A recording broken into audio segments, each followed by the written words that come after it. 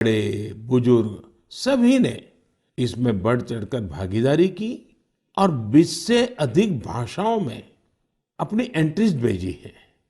इन competitions में भाग लेने वाले सभी प्रतिभागियों को मेरी ओर से बहुत बहुत बधाई है।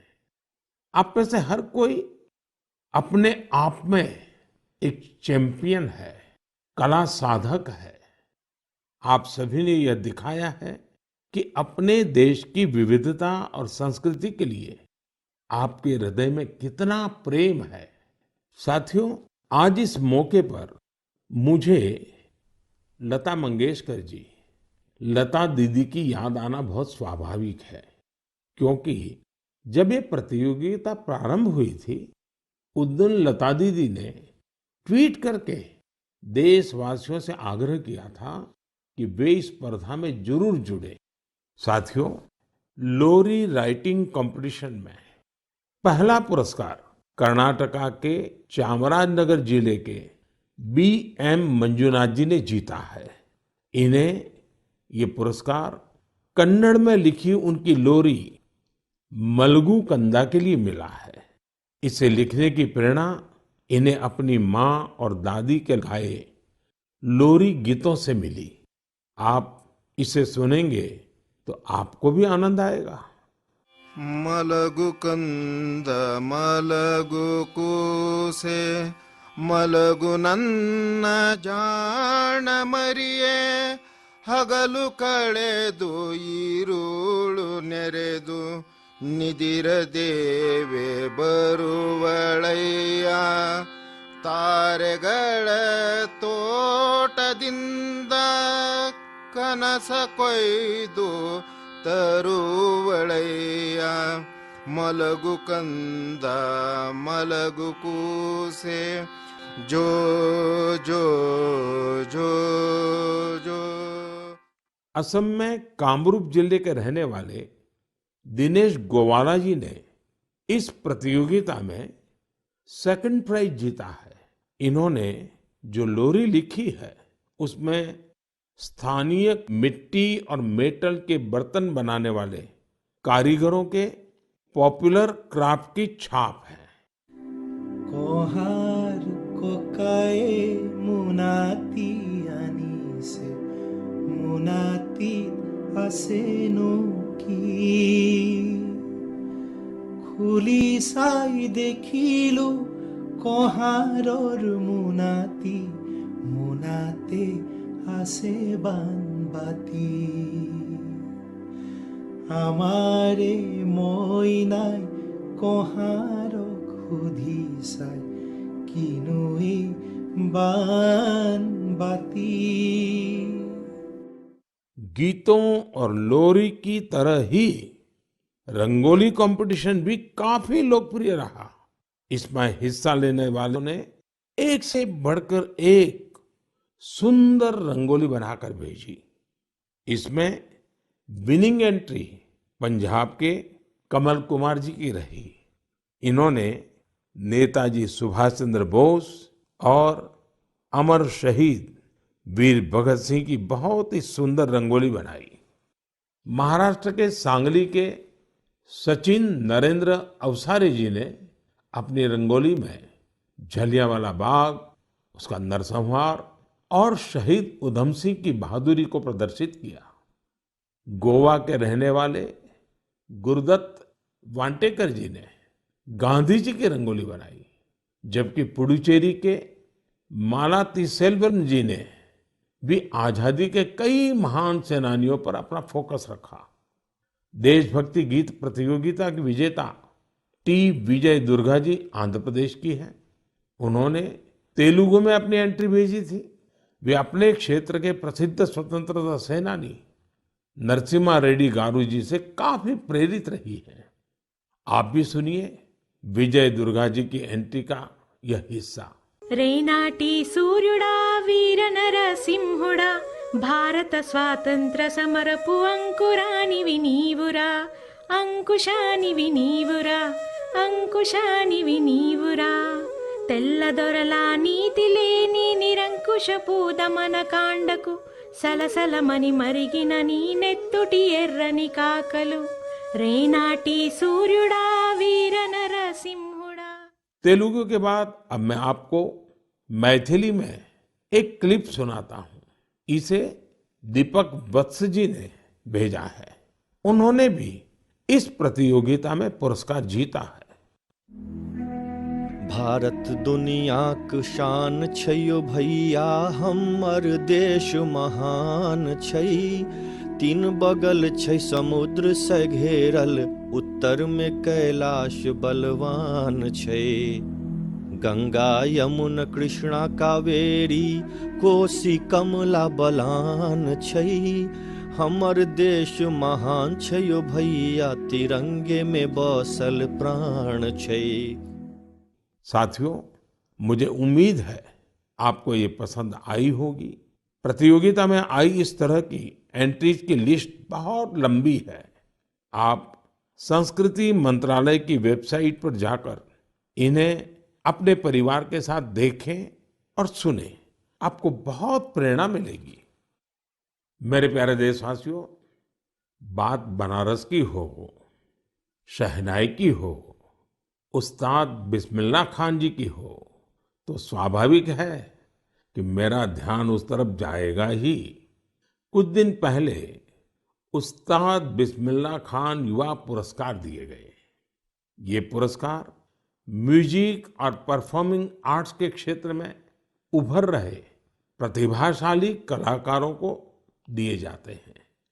ये कला और संगीत जगत की लोकप्रियता बढ़ाने के साथ ही इसकी समृद्धि में अपना योगदान दे रहे हैं।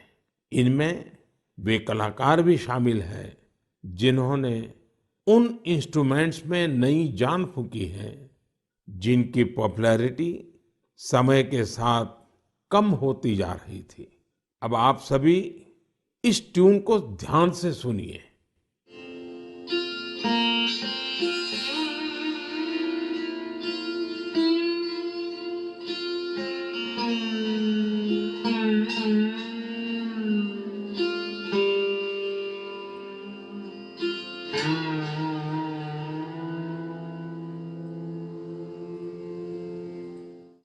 क्या आप जानते हैं ये कौन सा इंस्ट्रूमेंट है? संभव है आपको पता न भी हो। इस वाद्य यंत्र का नाम सुरसिंगार है और इस धुन को तैयार किया है जॉयदीप मुखर्जी ने। जॉयदीप जी उस्ताद बिस्मिल्लाह खान पुरस्कार से सम्मानित युवाओं में शामिल है। इस इंस्ट्रूमेंट की धुनों को सुनना पिछले 50 और 60 के दशक से ही दुर्लभ हो चुका था, लेकिन जॉयदीप सुरसिंगार को फिर से पॉपुलर बनाने में जी जान से जुटे हैं। उसी प्रकार बहन उप्पलपू नागमणि जी का प्रयास भी बहुत ही प्रेरक है, जिन्हें मैंडोलिन में कार्नाटिक इंस्ट्रूमेंटल के लिए यह पुरस्कार दिया गया है। वहीं संग्राम सिंह सुहास भंडारे जी को वारकरी कीर्तन के लिए यह पुरस्कार मिला है। इस लिस्ट में सिर्फ संगीत से जुड़े कलाकार ही नहीं है। वी दुर्गा देवी जी ने नृत्य की एक प्राचीन शैली करकट्टम के लिए यह पुरस्कार जीता है। इस पुरस्कार के एक और विजेता राजकुमार नायक जी ने तेलंगाना के 31 जिलों में 101 दिन तक चलने वाली पेरिनी ओडिसी का आयोजन किया था। आज लोग इन्हें पेरिनी राजकुमार के नाम से जानने लगे हैं। पेरिनी नाट्यम भगवान शिव को समर्पित एक नृत्य है जो काकतीय डायनेस्टी के दौर में काफी लोकप्रिय था। इस डायनेस्टी की जड़ें आज के तेलंगाना से जुड़ी हैं। एक अन्य पुरस्कार विजेता साइखोम सुरचंद्रा सिंह जी है। ये मैतेई पुंग इंस्ट्रूमेंट बनाने में अपनी महारत के लिए जाने जाते हैं। इस इंस्ट्रूमेंट का मणिपुर से नाता है। पूरन सिंह एक दिव्यांग कलाकार है जो राजुला, मलुशाही, नेओली, हुड़का बोल, जागर जैसे विभिन्न म्यूजिक फॉर्म्स को लोकप्रिय बना रहे हैं। इन्होंने इनसे जुड़ी कई ऑडियो रिकॉर्डिंग्स भी तैयार की है। उत्तराखंड के फोक म्यूजिक में अपनी प्रतिभा का प्रदर्शन कर पूरन सिंह जी ने कई पुरस्कार भी जीते हैं। समय की सीमा के चलते मैं यहाँ सभी अवार्डीज की बातें भले न कर पाऊं, लेकिन मुझे विश्वास है कि आप उनके बारे में जरूर पढ़ेंगे। मुझे उम्मीद है कि ये सभी कलाकार परफॉर्मिंग आर्ट्स को और पॉपुलर बनाने के लिए ग्रास रूट्स पर सभी को प्रेरित करते रहेंगे। मेरे प्यारे देशवासियों, तेजी से आगे बढ़ते हमारे देश में डिजिटल इंडिया की ताकत कोने कोने में दिख रही है। डिजिटल इंडिया की शक्ति को घर घर पहुंचाने में अलग अलग ऐप्स की बड़ी भूमिका होती है। ऐसा ही एक ऐप है ई संजीवनी। इस ऐप से टेली कंसल्टेशन यानी दूर बैठे वीडियो कॉन्फ्रेंस के माध्यम से डॉक्टर से अपनी बीमारी के बारे में सलाह कर सकते हैं। इस ऐप का उपयोग करके अब तक टेली कंसल्टेशन करने वालों की संख्या 10 करोड़ के आंकड़े को पार कर गई है। आप कल्पना कर सकते हैं, वीडियो कॉन्फ्रेंस के माध्यम से 10 करोड़ कंसल्टेशंस, मरीज और डॉक्टर के साथ अद्भुत नाता। ये बहुत बड़ी अचीवमेंट है। इस उपलब्धि के लिए मैं सभी डॉक्टरों और इस सुविधा का लाभ उठाने वाले मरीजों को बहुत बहुत बधाई देता हूं। भारत के लोगों ने तकनीक को कैसे अपने जीवन का हिस्सा बनाया है, ये इसका जीता जागता उदाहरण है। हमने देखा है कि कोरोना के काल में ई संजीवनी ऐप, इसके जरिए टेली कंसल्टेशन लोगों के लिए एक बड़ा वरदान साबित हुआ है। मेरा भी मन हुआ कि क्यों ना इसके बारे में मन की बात में हम एक डॉक्टर और एक मरीज से बात करें, संवाद करें और आप तक बात को पहुंचाएं। हमें जानने की कोशिश करें कि टेली कंसल्टेशन लोगों के लिए आखिर कितना प्रभावी रहा है। हमारे साथ सिक्किम से डॉक्टर मदन मणि जी हैं। डॉक्टर मदन मणि जी रहने वाले सिक्किम के ही हैं, लेकिन उन्होंने एमबीबीएस धनबाद से किया और फिर बनारस हिंदू यूनिवर्सिटी से एमडी किया। वो ग्रामीण इलाकों के सैकड़ों लोगों को टेली कंसल्टेशन दे चुके हैं। नमस्कार, नमस्कार मदन मणि जी। जी नमस्कार सर। मैं नरेंद्र मोदी बोल रहा हूँ। जी जी सर। आप तो बनारस में पढ़े हैं? जी मैं बनारस में पढ़ा हूँ सर। अपना मेडिकल एजुकेशन वहीं हुआ? जी जी। तो जब आप बनारस में थे तब का बनारस और आज बदला हुआ बनारस कभी देखने गए कि नहीं गए? जी प्रधानमंत्री जी, मैं जा नहीं पाया हूँ जब से मैं वापस सिक्किम आया हूँ, लेकिन मैंने सुना है कि काफी बदल गया है। तो कितने साल हो गए आपको बनारस छोड़े? बनारस 2006 से छोड़ा हुआ हूँ। ओह, फिर तो आपको जरूर जाना चाहिए। जी जी। अच्छा, मैंने फोन तो इसलिए किया कि आप सिक्किम के अंदर दूर सुदूर पहाड़ों में रह करके वहाँ के लोगों को टेली कंसल्टेशन का बहुत बड़ी सेवाएं दे रहे हैं। जी। मैं मन की बात के श्रोताओं को आपका अनुभव सुनाना चाहता हूँ। जी। जरा मुझे बताइए कैसा अनुभव रहा है? अनुभव बहुत बढ़िया रहा प्रधानमंत्री जी। क्या है कि सिक्किम में बहुत नजदीक का जो पीएचसी है, वहाँ जाने के लिए भी लोगों को गाड़ी में चढ़ के कम से कम 100-200 रुपया लेके जाना पड़ता है और डॉक्टर मिले नहीं मिले ये भी एक प्रॉब्लम है। तो टेली कंसल्टेशन के माध्यम से लोग हम लोग से सीधे जुड़ जाते हैं। दूर दराज के लोग हेल्थ एंड वेलनेस सेंटर के जो सीएचओ होते हैं वो लोग हम लोग से कनेक्ट करवा देते हैं और हम लोग का जो पुराने उनकी बीमारी है, उनकी रिपोर्ट्स, उनका अभी का प्रेजेंट कंडीशन, सारी चीजें हम लोग को वो बता देते हैं। यानी डॉक्यूमेंट ट्रांसफर करते हैं? जी जी, डॉक्यूमेंट्स ट्रांसफर भी करते हैं और अगर ट्रांसफर नहीं कर सके तो वो पढ़ के हम लोग को बताते हैं। वहाँ का वेलनेस सेंटर का डॉक्टर बताता है? जी, वेलनेस सेंटर में जो सीएचओ रहता है, कम्युनिटी हेल्थ ऑफिसर, और जो पेशेंट है वो अपनी कठिनाइयाँ आपको सीधी बताता है? नई चीजें हम लोग को जानना है, जैसे किसी का चेस्ट ऑस्कल्टेट करना है, अगर उसको पैर सूजा है कि नहीं, अगर सीएचओ ने नहीं देखा है तो हम लोग उसको बोलते हैं कि जाके देखो, सूजन है नहीं है, आंख देखो, एनीमिया है कि नहीं है, उसका अगर खांसी है तो चेस्ट को अस्कल्टेट करो और पता करो कि वहाँ पे साउंड है कि नहीं। आप वॉइस कॉल से बात करते हैं या वीडियो कॉल का भी उपयोग करते हैं? जी, वीडियो कॉल का उपयोग करते हैं। तो आप पेशेंट को भी आप भी देखते हैं। पेशेंट को भी देख पाते हैं। जी, पेशेंट को क्या फीलिंग आता है? पेशेंट को अच्छा लगता है क्योंकि डॉक्टर को नजदीक से वो देख पाता है। उसको कंफ्यूजन रहता है कि उसका दवा घटाना है, बढ़ाना है, क्योंकि सिक्किम में ज्यादातर जो पेशेंट होते हैं वो डायबिटीज, हाइपरटेंशन के आते हैं, और एक डायबिटीज और हाइपरटेंशन के दवा को चेंज करने के लिए उसको डॉक्टर मिलने के लिए कितना दूर जाना पड़ता है, लेकिन टेली कंसल्टेशन के थ्रू वहीं मिल जाता है। और दवा भी हेल्थ एंड वेलनेस सेंटर में फ्री ड्रग्स इनिशिएटिव के थ्रू मिल जाता है, तो वहीं से दवा भी लेके जाता है वो। अच्छा मदन मणि जी, आप तो जानते ही हैं कि पेशेंट का एक स्वभाव रहता है कि जब तक वो डॉक्टर आता नहीं है, डॉक्टर देखता नहीं है, उसको संतोष नहीं होता है, और डॉक्टर को भी लगता है जरा मरीज को देखना पड़ेगा।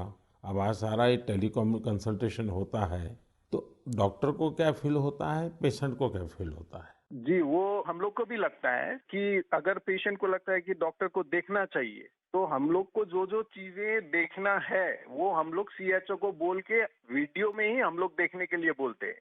और कभी कभी तो पेशेंट को वीडियो में ही नजदीक में आके उसकी जो परेशानियां हैं, अगर किसी को चर्म का प्रॉब्लम है, स्किन का प्रॉब्लम है, तो वो हम लोग को वीडियो से ही दिखा देते हैं, तो संतुष्टि रहता है उन लोगों को। हम्म। और बाद में उसका उपचार करने के बाद उसको संतोष मिलता है, क्या अनुभव आता है, पेशेंट ठीक हो रहे हैं? जी, बहुत संतोष मिलता है, हमको भी संतोष मिलता है सर, क्योंकि मैं अभी स्वास्थ्य विभाग में हूँ और साथ साथ में टेली कंसल्टेशन भी करता हूँ, तो फाइल के साथ साथ पेशेंट को भी देखना मेरे लिए बहुत अच्छा सुखद अनुभव रहता है। एवरेज कितने पेशेंट आपको टेली कंसल्टेशन के साथ आते होंगे?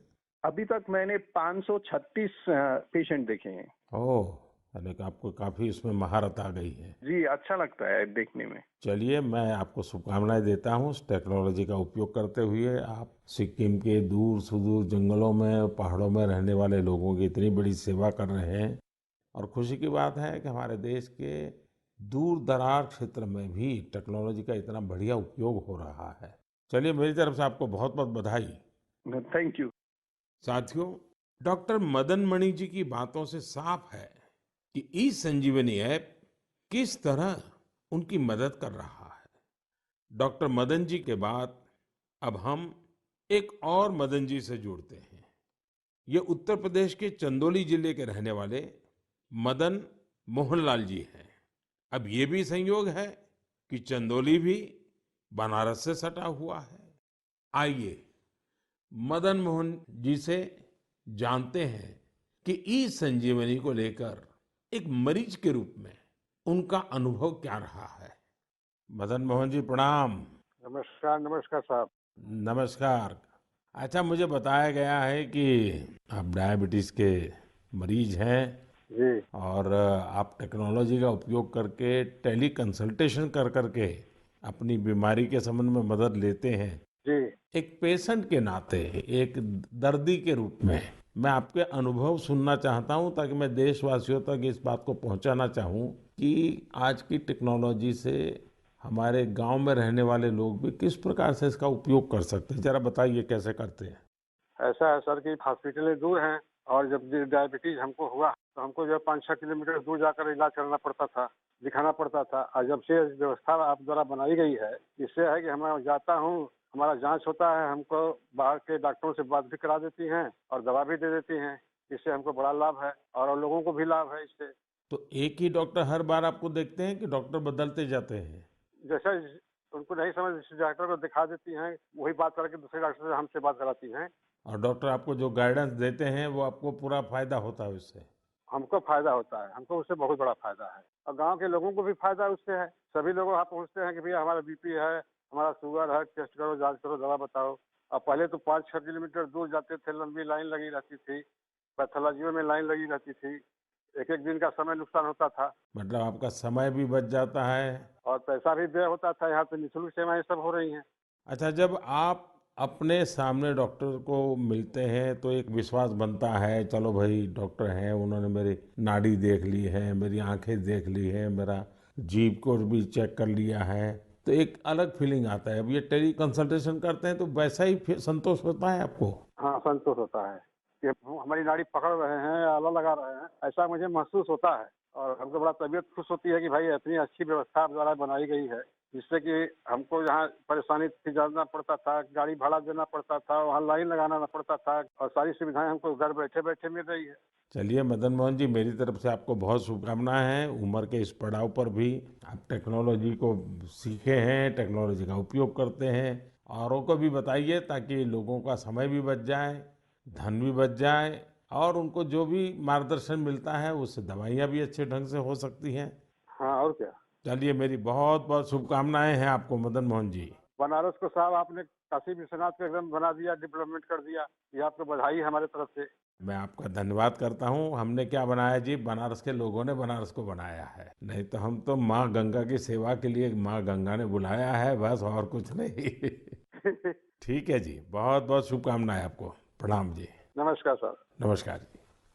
साथियों, देश के सामान्य मानवी के लिए, मध्यम वर्ग के लिए, पहाड़ी क्षेत्रों में रहने वालों के लिए ई संजीवनी जीवन रक्षा करने वाला ऐप बन रहा है।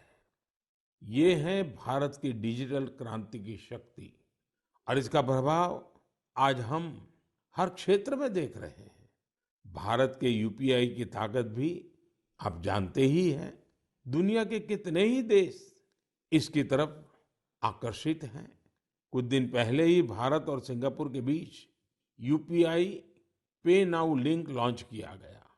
अब सिंगापुर और भारत के लोग अपने मोबाइल फोन से उसी तरह पैसे ट्रांसफर कर रहे हैं जैसे वे अपने अपने देश के अंदर करते हैं।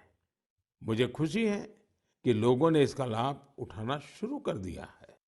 भारत का ई संजीवनी ऐप हो या फिर यूपीआई, ये ईज ऑफ लिविंग को बढ़ाने में बहुत मददगार साबित हुए हैं। मेरे प्यारे देशवासियों, जब किसी देश में विलुप्त हो रहे किसी पक्षी की प्रजाति को, किसी जीव जंतु को बचा लिया जाता है तो उसकी पूरी दुनिया में चर्चा होती है।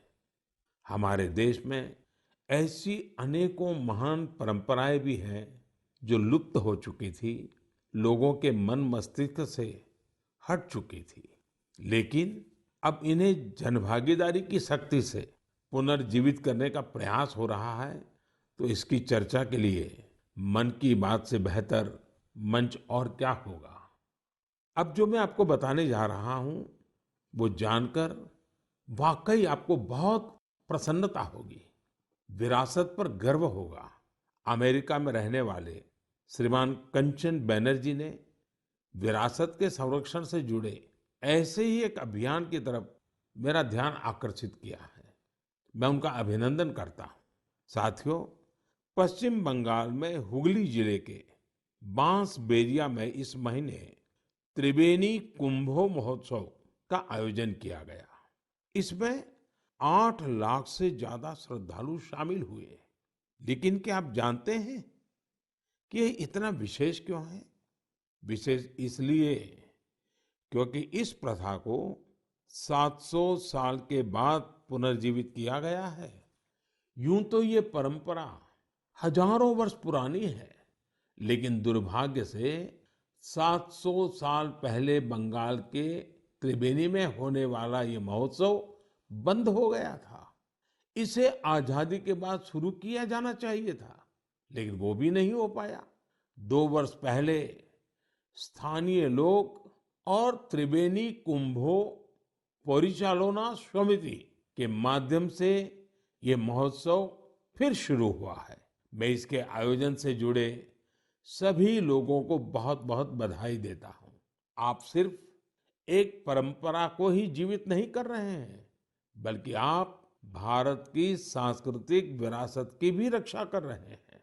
साथियों, पश्चिम बंगाल में त्रिबेनी को सदियों से एक पवित्र स्थल के रूप में जाना जाता है।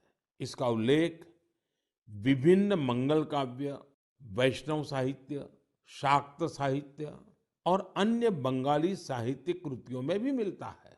विभिन्न ऐतिहासिक दस्तावेजों से यह पता चलता है कि कभी यह क्षेत्र संस्कृत शिक्षा और भारतीय संस्कृति का केंद्र था।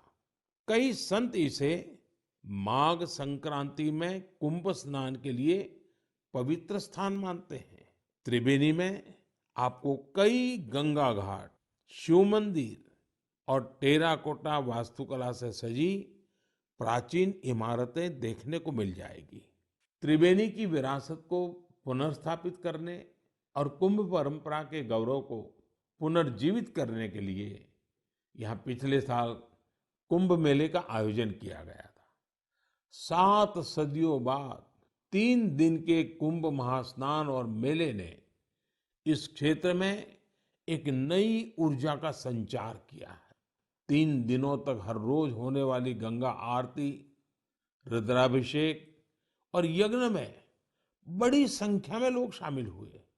इस बार हुए महोत्सव में विभिन्न आश्रम, मठ और अखाड़े भी शामिल थे। बंगाली परंपराओं से जुड़ी विभिन्न विधाएं जैसे कीर्तन, बाउल, गोड़ियों नृत्य, श्रीखोल, पोटेर गान, छऊ नाच शाम के कार्यक्रमों में आकर्षण का केंद्र बने थे। हमारे युवाओं को देश के सुनहरे अतीत से जोड़ने का एक बहुत ही सराहनीय प्रयास है। भारत में ऐसी कई और प्रैक्टिसेस हैं जिन्हें रिवाइव करने की जरूरत है। मुझे आशा है कि इनके बारे में होने वाली चर्चा लोगों को इस दिशा में जरूर प्रेरित करेगी। मेरे प्यारे देशवासियों, स्वच्छ भारत अभियान ने हमारे देश में जन भागीदारी के मायने ही बदल दिए हैं। देश में कहीं पर भी कुछ स्वच्छता से जुड़ा हुआ होता है तो लोग इसकी जानकारी मुझ तक जरूर पहुंचाते हैं। ऐसे ही मेरा ध्यान गया है हरियाणा के युवाओं के एक स्वच्छता अभियान पर। हरियाणा में एक गांव है दुल्हेड़ी। यहाँ के युवाओं ने तय किया हमें भिवानी शहर को स्वच्छता के मामले में एक मिसाल बनाना है। उन्होंने युवा स्वच्छता एवं जन सेवा समिति नाम से एक संगठन बनाया। इस समिति से जुड़े युवा सुबह 4 बजे भिवानी पहुंच जाते हैं। शहर के अलग अलग स्थलों पर ये मिलकर सफाई अभियान चलाते हैं। ये लोग अब तक शहर के अलग अलग इलाकों से कई टन कूड़ा साफ कर चुके हैं। साथियों, स्वच्छ भारत अभियान का एक महत्वपूर्ण आयाम वेस्ट टू वेल्थ भी है। ओडिशा के केंद्रपाड़ा जिले की एक बहन कमला मोहराना एक स्वयं सहायता समूह चलाती है। इस समूह की महिलाएं दूध की थैली और दूसरी प्लास्टिक पैकिंग से टोकरी और मोबाइल स्टैंड जैसी कई चीजें बनाती हैं। ये इनके लिए स्वच्छता के साथ ही आमदनी का भी एक अच्छा जरिया बन रहा है। हम अगर ठान लें तो स्वच्छ भारत में अपना बहुत बड़ा योगदान दे सकते हैं। कम से कम प्लास्टिक बैग की जगह कपड़े के बैग का संकल्प तो हम सबको ही लेना चाहिए। आप देखेंगे आपका ये संकल्प आपको कितना संतोष देगा और दूसरे लोगों को जरूर प्रेरित करेगा। मेरे प्यारे देशवासियों, आज हमने और आपने साथ जुड़कर एक बार फिर कई प्रेरणादायी विषयों पर बात की। परिवार के साथ बैठ करके उसे सुना और अब उसे दिन भर गुनगुनाएंगे भी। हम देश की कर्मठता की जितनी चर्चा करते हैं उतनी ही हमें ऊर्जा मिलती है। इसी ऊर्जा प्रवाह के साथ चलते चलते आज हम मन की बात के 98वें एपिसोड के मुकाम तक पहुंच गए हैं। आज से कुछ दिन बाद ही होली का त्योहार है। आप सभी को होली की शुभकामनाएं। हमें हमारे त्योहार वोकल फॉर लोकल के संकल्प के साथ ही मनाने हैं। अपने अनुभव भी मेरे साथ शेयर करना न भूलिएगा। तब तक के लिए मुझे विदा दीजिए। अगली बार हम फिर नए विषयों के साथ मिलेंगे। बहुत बहुत धन्यवाद।